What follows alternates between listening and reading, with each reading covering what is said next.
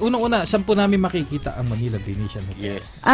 Makikita niyo yan sa Aurora Boulevard, corner Felix Huerta Street, Santa Cruz, Manila. Uy, mga taga Maynila, ano? Nga, wala yata kayong kalaban doon. Wala.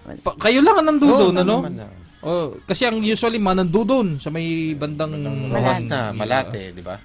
so magki-cater kayo, pwede magaling ng north. Diba? Galing sa amin doon sa Bulacan. Yun. O pwede, malapit-lapit, Felix Huerta. So, ikaw familiar ka ron dahil malasa taga-UST ka. Oo. Malapit-lapit ka ron. Pag marami kaming guests ng mga foreigners, mga speakers namin sa mga conventions, malapit doon, dadalhin namin sa Santa Cruz. No? Felix Huerta, malapit na malapit. Manila Venetian Hotel. Ayun, kumusta po yung, so far, kailan po ito naitayo? Ano po ba yung usual na mga guestings nyo, na yung mga guest list po ninyo, sino-sino, yung rates, yan. Dami mong tanong. Oo nga, dire-diretso yun na natin. Isa-isa lang. Excited ako Kasi nga, gusto kong pumunta mamaya. Okay. Bago-bago. Kailan po kayo nagbukas? Nagbukas kami nung May. May So, day. nag-dry run kami nung May. Ito lang po, no? Nitong May Yes, lang? this year. Bagong-bago. Pangalan niya talaga. Oo, kaya Saktong-sakto sabihin nga sinakto. So, May din siya nag-open. Ngayon, actually, nag-start kami, more on online booking kami. Good. So, marami kaming tie-up, like yung mga Agoda, okay lang. Ayan. Yung mga online sites na international. Oo. Plus, of course, mga deal site like Bigatin. Yes! Yan. Buti nga, napaunlakan tayo ni ma'am na maging partner sa Siyempre, busy ho siya at talagang napakaabala. Ano hong may offer ng Venetian na wala sa iba? Yan. Isa din ang hinahanap ng iba. Siyempre, una-una, maganda yung may-ari. Oo naman. Pagka dumating ka, minsan makikita mo siya at kasukuin ka. Hindi naman yung sasalubong sa'yo, nakaganyan agad. Kasi ito yung may-ari na May-ari mismo, medyo no? sa kalog, di ba? Ibig sabihin hindi porket na ako may-ari hindi ko kayo Diba? pilihan. Madalas si ma'am kasi nandun kasi nagkausap kami, tinatanong niya ako kung gaano katutok sa negosyo, siya din pala gaano katutok. Hands-on. Hands-on talaga siya. Ano yung meron na wala sa iba? Bukod siyempre dun sa hindi suplado yung may-ari. Pasok mo nakaganyan agad. Unang-una yung mga kwarto namin, mga unique ang design. So, yun. Paano pong naging unique? Yung especially yung mga beds, special design talaga siya na wala sa ibang mga hotel. So, hindi siya common. Inspired by Venetian, of course. Venetian yung feel. Tapos, bawat rooms niya, iba-iba yung designs. Yes. Makikita niyo yun sa vegatindeals.com. Meron kaming... Naka-upload na. Yes naman. Saka, napakamura. Oo. Yes. Yun ang susunod kong itatanong. Kasi bukod doon sa itsura, yung location, wala tayong pagtatalunan doon dahil solo ninyo yung lugar na yan. Yung rate. Yung rate namin, murang-mura, lalong-lalo na ngayon, may promo kami sa bigatindeals.com. 990.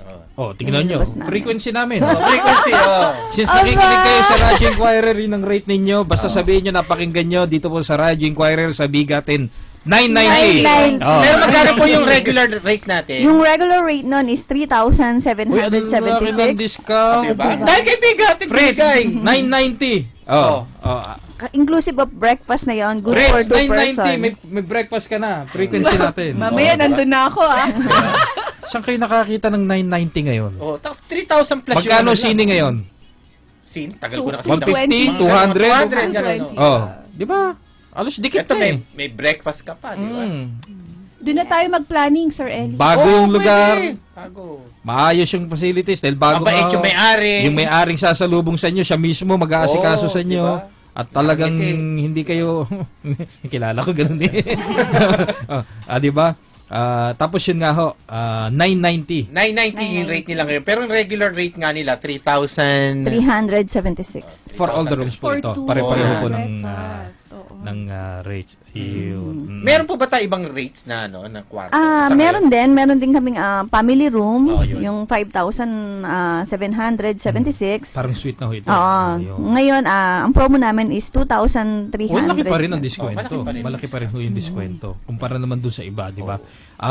O di syempre, eto na. Susunod namin itatanong ni ni Kuyang Ellis, alam ko yung food menu. Yan, okay. Alam niya naman kami, Ano ba yun? ng namin. Ay, nahan natin yan bukod sa chicks, di ba? Ay, hindi Wala ka sinabi. Naglag. Alam mo yung si Ellis, Chicken! Sabi ko, chicken! Hindi pa ako tapos. Hindi pa tayo tapos chicks. Ibig sabihin, chicken. O, di ba? Ibig sabihin, mahilig tayo sa... Mahilig ka sa manok. Kagagaling ko lang sa iyo Sa Shakey's, madalas tayo, di ba? Kapag-usap ako sa sa negotiating team. Ayun, ma'am. Food. Yung inclusive sa breakfast namin, sinserve namin doon mga Filipino food like yung mga tapsilog, tosilog, mga Filipino na common food sa mga Pagka-lunch Filipino. po, ano yung... Lunch and dinner, pwede tayong mag-serve ng mga Chinese food. Okay. More on Chinese food. Oo. Tapos tanong ko lang din, ito pinakamahalaga. Kung paano niya nasimulan, di ba? Para magpatayo ka ng hotel, di ba? Hindi biro yan. Hindi biro, di ba? Saka, bakit hotel yung naisip na... Dati ho ba, meron na kayong ganyang business? Wala naman. Ibang field, ibang industry ang business naisipan ko. ninyo? Naisipan niyo po na hotel. na hotel. Tapos, may mga kilala po ba kayo na madalas na pumunta rin sa Pilipinas ng mga foreign? Wala naman. Wala naman. Oo. Ang business ko kasi dati, credit card agency ako ng bangko, mga international bank. Lapit sa hotel, Hindi pwede naman, diba? Pag mag-hotel ka, pwedeng mag-swipe ng card. So, ako yung in charge sa marketing ng okay na sabihin? Yeah, sure. HSBC, sa Citibank before. That's good, wow. And then, nung nag-stop na yung business ko, nagtayo ako ng condo, and then nakita ko yung business is maganda yung condo. And then hanggang sa nag-venture na ako sa hotel this year. Doon malapit. Yung condo sa hotel. Meron naman palang anyway, nung sinimulan ho ninyo ng May, di ho ba? Ay yung, ano ba tawag dito? Dry run. Dry run? I mean yung occupancy rate ninyo, ilan na ho? Marami naman. Kasi mostly kasi ang kinikater din namin, aside sa mga individual guests, nag-o-offer din kami ng mga seminars sa mga estudyante. Sabi ko na nga ba eh. Tama-tama. Pwede kami doon. Madaling kausapin si Ma'am kung mga Kasi yung iba yun ang problema. Ang may offer lang nila is yung mga rooms, gano'n. Isa kay ma'am, pwede kayong kung may mga events. Maiba naman maka-jump lang, makatalon. Tumbling lang, nandun na kami. Yung ano po ma'am, halimbawa, yung course mo ba talaga ay nasa hotel industry? Wala rin. Wala din talaga. Ganyan ang negosyante. Accounting ang course ko. At least na-apply pa rin, di ba? Kasi kung di ka marunong mag-account niya, baka malugi. Hindi, siya iba pa rin yung talagang ikaw mismo yung may ano. Oo. Diba? Lalo na pagka ganito. Ma'am, correct me kung mali ako. No? Di ba, syempre, pagkabago yung negosyo, talagang kailangan hands-on ka. Saka, syempre, alam mo dapat yung pinapasok mo. Unless, syempre, kasi galing na siya sa condo, di ba? Yung mga malalaking negosyante, syempre, kaya na nilang Pero pagka nagsisimula kang ganito, ang galing di ba? Alam mo, na-amaze ako sa kanya. Ang hirap kaya, iniisip ko hotel, usually corporation Saka niya. ilan po ba yung rooms natin ngayon na minamanage niyo pa? Yung sa hotel, 25 rooms, tapos yung sa condo is 14 rooms. Tingnan mo. Marami rin 25 rooms. Marami. Para, ilang palapag po yan? 5. 5 isipin. Pwede, dahil... Para i-manage mo yun, di ba? Para pag-isipan mo na kikita ba to o hindi. Magaling din si ma'am, di ba? Oo, natutulala nga ako kasi sabi, paano Batang-bata para... Saka siya lang halos nagpapatakbo. Yun nga. Soul-proof siya, soul-proof lighter. Ang maganda kasi dito, di ba? Siyempre, uso na yung mga online na yan, di ba? Yung technology nga na sinasabi natin na Dati, bago ka nag-reserve ng hotel, kinakailangan tatawag ka telepono, man, di ba? Ngayon, online lang. Pagka merong slot na available, di ba? Book ka na kagad, di ba? Kaya pinadadali natin May wifi po ba doon? Meron. Usually, mga facilities. Free na yun. Free na yung wifi. So, soon, kung ma-approve, titingnan ko yung e-games, baka magkaroon din ng amenities like ng e-games. Ganun po. Swimming pool po, wala naman. Yun, wala. Hindi, doon sa susunod nilang branch. Sa susunod. Yes. Hinahanap ng Yung hinahanap mo, ilalagay nila doon. At least pang pamilya, mayroon pa rin, di ba? May family room tayo. Who knows, di ba? Baka malay mo, magpa-branch out na siya later on sa iba. Ganun naman talaga eh. Ang mahalaga nasisimulan eh. Oo. Saka maganda dito is Pilipino. Diba? Solo po yan, Pilipino talaga yung ano. Yes, Filipino. Diba? Ma'am Arnie. Bakit doon niyo po siya itinayo, dun sa area ng Santa Cruz?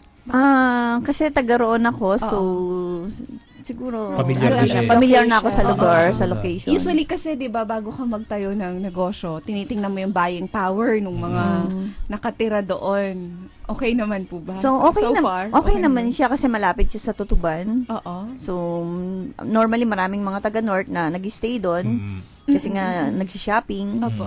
So, kumusta naman yung seguridad ng place? Yun, isa pa yun. Yung security, okay naman siya, tahimik naman kasi highway naman siya. Okay. And may gwardiya naman, so wala namang dapat i-worry. Anong police station ang Ayun, nasasakop nun? Oo. 2, 3. 3. 3. Okay. I know the friend ko yung police station commander nila. Talaga. Sa klase ko sa doctoral. Sa may bilibid Colonel Layug. Yeah, Okay. si may Ricky. bilibid. Yeah. Di ba naman 3? Mukhang madalas yung kaibigan mo sa kanila. Ay, sabihin ko nga. Makikinig sila. Sumusubaybay sila sa radio. Colonel Colonel Ricardo Layug. Ikutan natin para lahat naman ng lugar dyan, syempre. Saka Maynila is Maynila. Alam niyo yan. Para at least, diba, kaya natin ginagawa yan para at least may communication yung mga establishment. Totoo yan, ha? Diba? Para at least secure yung lugar. Yung iba kasi ganun eh, kahit anong ganda ng lugar mo, kapag nakita nila, may laging nadadalir yan. Kahit mura yung hotel. Kahit mura yung hotel, pupunta hindi. ka ba, diba? Oo, diba? Kung madalas ang hold-upan doon. Pero pag nakita naman nila, bukod doon sa maganda, maayos, feel safe, doon tayo. Ganun, yun ang mahalaga. May ginagawa kasi kaming research about crime mapping doon sa area na yon. So, malamang i-consider din yung mga establishments Para, na. Partner ko siya sa research. Ikukonsulta. Kaya, Yun. Ayun ang magandang programa. At least meron tayong crime research nga. Para at least alam natin kung may database niyan, kung pupunta yung anak natin doon sa isang lugar. Diba? By technology, titignan mo lang, ilan ba'y na-hold up dito? Anak, kung pupunta rito kasi merong ganito. At least, tayo mga magulang, panatag tayo. Diba? Alam naman nila. Saka mismo tayo kung papasyal tayo. Yun ang kulang minsan eh. Minsan, ewan ko ako kasi tagal ko sa Maynila eh. Yung Avenida, di ba? Ang daming nagsulpo. Mga hotel doon, yung mga lumang building na eh. Di ba? Usually doon nagaganap yung mga krimen eh. Yung mga repre, so katatambay ng Avenida, tapos akit ka rin sa taas. Hindi mo alam, baka nandun nagtatago sa para doon yung hold-upper mo. Di ba? May mga ganun doon, may mga ganung insidente. Nung araw. At least ngayon, meron kayong option, matinong hotel, mura, 990 ho. Tandaan nyo lang yung frequency namin. 990. Through Bigatin Deals. Bigatin Deals, diba? 990 lang yung rate, secured, bago, at syempre, yung may-ari, nakangiti, hindi ka tulad yung kakilala ko. Tapos, yun na. Safe pa. Ano pa pipiliin ninyo? Tapos nandun din. Yung proximity minsan yun ang tinitignan eh. Malapit ka rin sa pupuntahan mo. Like, malapit sa LRT. Di ba public transport na napaka-accessible ng lugar ho ninyo. Mag-taxi, mag-jeep, mag-LRT, makakarating ka. Anong station po malapit na? Malapit siya sa Abad Santos at saka Blumentritt. Yung gitna yan, pagitan halos yan. And malapit rin siya sa SM San Lazaro. San Lazaro. Malalakad do yata Kaya SM gusto San Lazaro. mga tricycle lang. Pamilya na gusto magkaroon ng break sandali tapos magpahinga, di ba? Kailangan natin yan. Di pumasyal lang doon kila ma'am, di ba? Tapos magpabook kayo sa amin sa Bigatin Deals. Kailangan natin ma-research din minsan. Makamura po kayo. Murang-mura, di ba? Bago na, mura pa. Oo nga eh. Nakita nyo may-ari, di ba? Na-excite tuloy ako. Si Ma'am Arnie, kliyente nyo na ho yan. Oo nga eh. Malamang punta kayo doon. weekends. Makapasyalan natin, di ba? Makapasyalan natin. Maiba naman. Kasi minsan pagpagod sa work, gusto mong maiba yung lugar. Pero kailangan mo din mag-report sa work, kaya dapat malapit lang. Hindi, totoo yun. Ako, nakauwi kagabi. Andito ako, ha? Baka hinahanap ka. Ikaw kasi daldal mo eh. 10:25, chicken lang yung pinag-uusapan namin kanina. Ma'am, hotline po, saan pwedeng tumawag yung mga magpapabook? Yan, at syempre, yung mga... 254-2625. Pakiulit lang po. 254-2625.